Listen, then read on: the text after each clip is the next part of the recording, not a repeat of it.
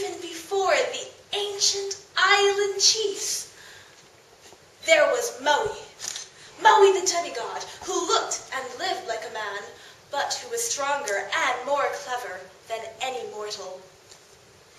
In those days, the sun did not move as it does now, going up and up and up, and then back down again, just as slowly. No, the sun would race across the sky, going up and then back down again, so that in no time at all, it would be night. The fishermen could not catch enough fish to feed their families.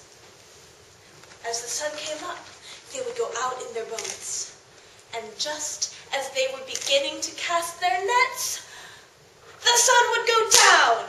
It would be night again, and they would have to come back with nothing. The farmers could not produce any crops. As the sun came up, they would dig their furrows, plant their seeds, and just as they were beginning to water the soil, the sun would go down. It would be night again, and nothing would grow. The women could not clothe themselves, or their husbands, or their children. As the sun came up, they would begin to make their cup of cloth from bark and water, and they would beat it until it was thinner than thin and finer than fine. And just as the first droplets of moisture were beginning to evaporate from the cloth, the sun would go down. It would be night again, and the kappa would be too damp to wear. One day, Hina, the mother of Maui, who he loved as he loved his own life, came to her son, saying, "This can't go on. We have nothing to eat, nothing to wear. It's dark and cold all the time, and we are suffering." Maui was moved by the sorrow on his mother's face. "Don't worry," he said to her.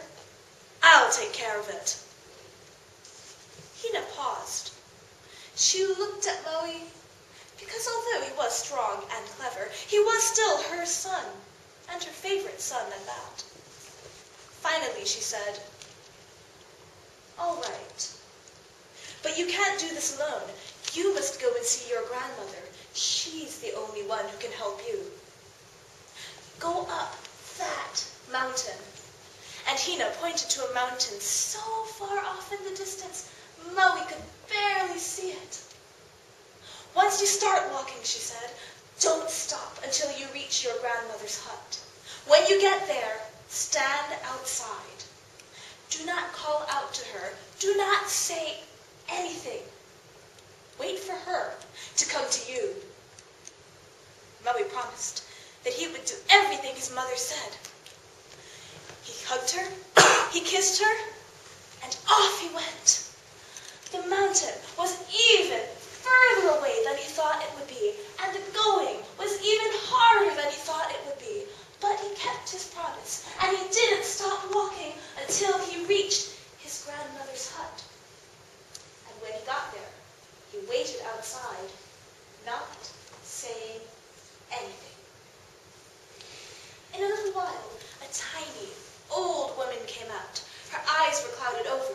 Maui could see that she was almost blind.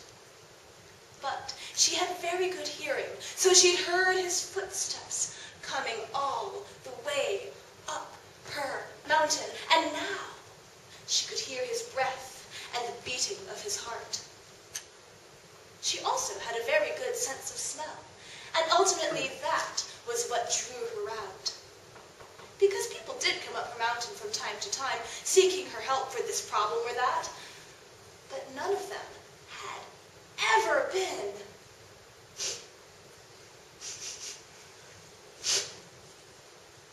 "A man," she said. "Who are you, and what do you want with me?" "I am Maui," said Maui, "and I have come to seek your help in my battle against the sun. I belong to Hina, and she has sent me here to find you." "Well," said the old woman, "if you belong to Hina, then that makes us family. You're lucky. I will help you." And she gave him many ropes twisted from strong coconut fiber and a big stone axe. You must go across the water and across the land, all the way up to the top of the mountain called Haleakala, where the sun sleeps. As soon as he awakes, you use these ropes to snare him, and you use this axe to strike him. Maui promised that he would do everything his grandmother said. He thanked her, hugged her, kissed her, and off he went, across the water, across the land, all the way up to the top of the mountain called Haleakala, which means the house of the sun. And he found a good place to hide, and he waited. He didn't have to wait long. The night was ending and the day was about to begin. So, when the first ray of the sun edged over Haleakala crater, Maui was ready. He caught the first rope, made it into a lasso, and caught the sun's first ray. He got the second rope, made it into a lasso, and caught the sun's second ray. And he did the same with the next rope, and the next, until all of the sun's rays were caught. When Maui came out of his hiding place, the sun glared up at him, and his anger was like 1,000,000 fires. Any mortal man would have been burned to a crisp right where he stood. But Maui was no mortal man, and the sun could see it. "Who are you?" said the sun. "How dare you do this to me?" "I am Maui," said Maui, "and I have come to make you change your ways. My people have nothing to eat, nothing to wear, and you are killing us." "What do I care?" said the sun. "I will do whatever I like, whenever I like." "Is that so?" said Maui, and he picked up the big stone axe. He raised it over his head, and he brought it down on the sun's first ray.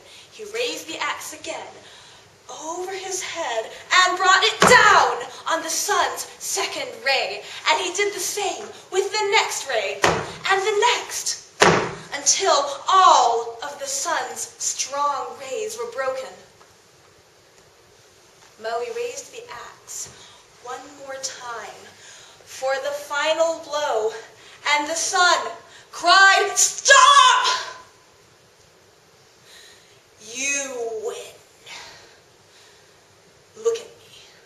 All of my strong rays are broken, and all I can do now is crawl. I could never go as quickly as I did before, even if I wanted to. Please, just let me escape with my life." Maui looked down at the sun, and he could see that it was the truth. "All right," said Maui, "you'll live. But if you ever go back to your old ways, even for one day, remember what Maui the demigod, Maui the son of Hina, has done." And he untied the ropes, and he let the sun go. So that is why, even today in the islands of Hawaii, the sun does not race across the sky, going up and then back down again in no time at all, but instead goes up and up and up, and then back down again at a crawl, because of what Maui did that day. When he came home, he told Hina everything that had happened. She was overjoyed. She looked up in the sky, and there was the sun. It was still there, and it was still there. She threw her arms around her son. She kissed him many times, and to thank him, she made him a cloak of her finest kappa cloth. And the whole thing dried in one afternoon. Thank you.